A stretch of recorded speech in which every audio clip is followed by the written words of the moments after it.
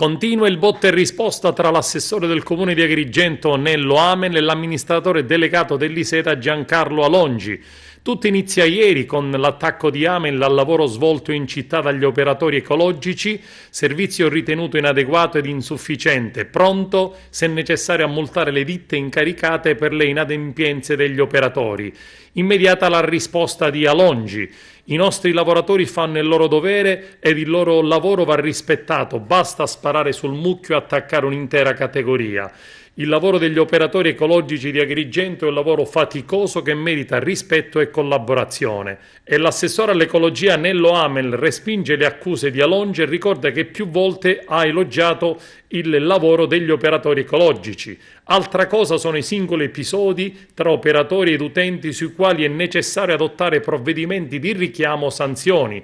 L'assessore all'ecologia Amel ritiene che le dichiarazioni di Alongi siano fuori misura, fuorvianti e inappropriate. Al fianco dei lavoratori il sindacato della CGIL.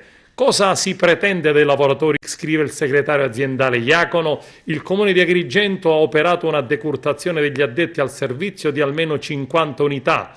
Gli operatori ecologici devono correre per completare il lavoro assegnato e la zona di competenza. Il lavoro di controllo sulla qualità del rifiuto deve essere svolto da personale specializzato accompagnato dalla polizia locale e o da vigili ambientali, conclude la nota. Ed anche il consigliere comunale Gibilaro, ai sensi del regolamento comunale, ha chiesto una copia del contratto d'appalto firmato dal Comune di Agrigento e le imprese, pronto in caso di rigetto della documentazione a chiedere l'adozione di tutti i provvedimenti previsti dalla legge.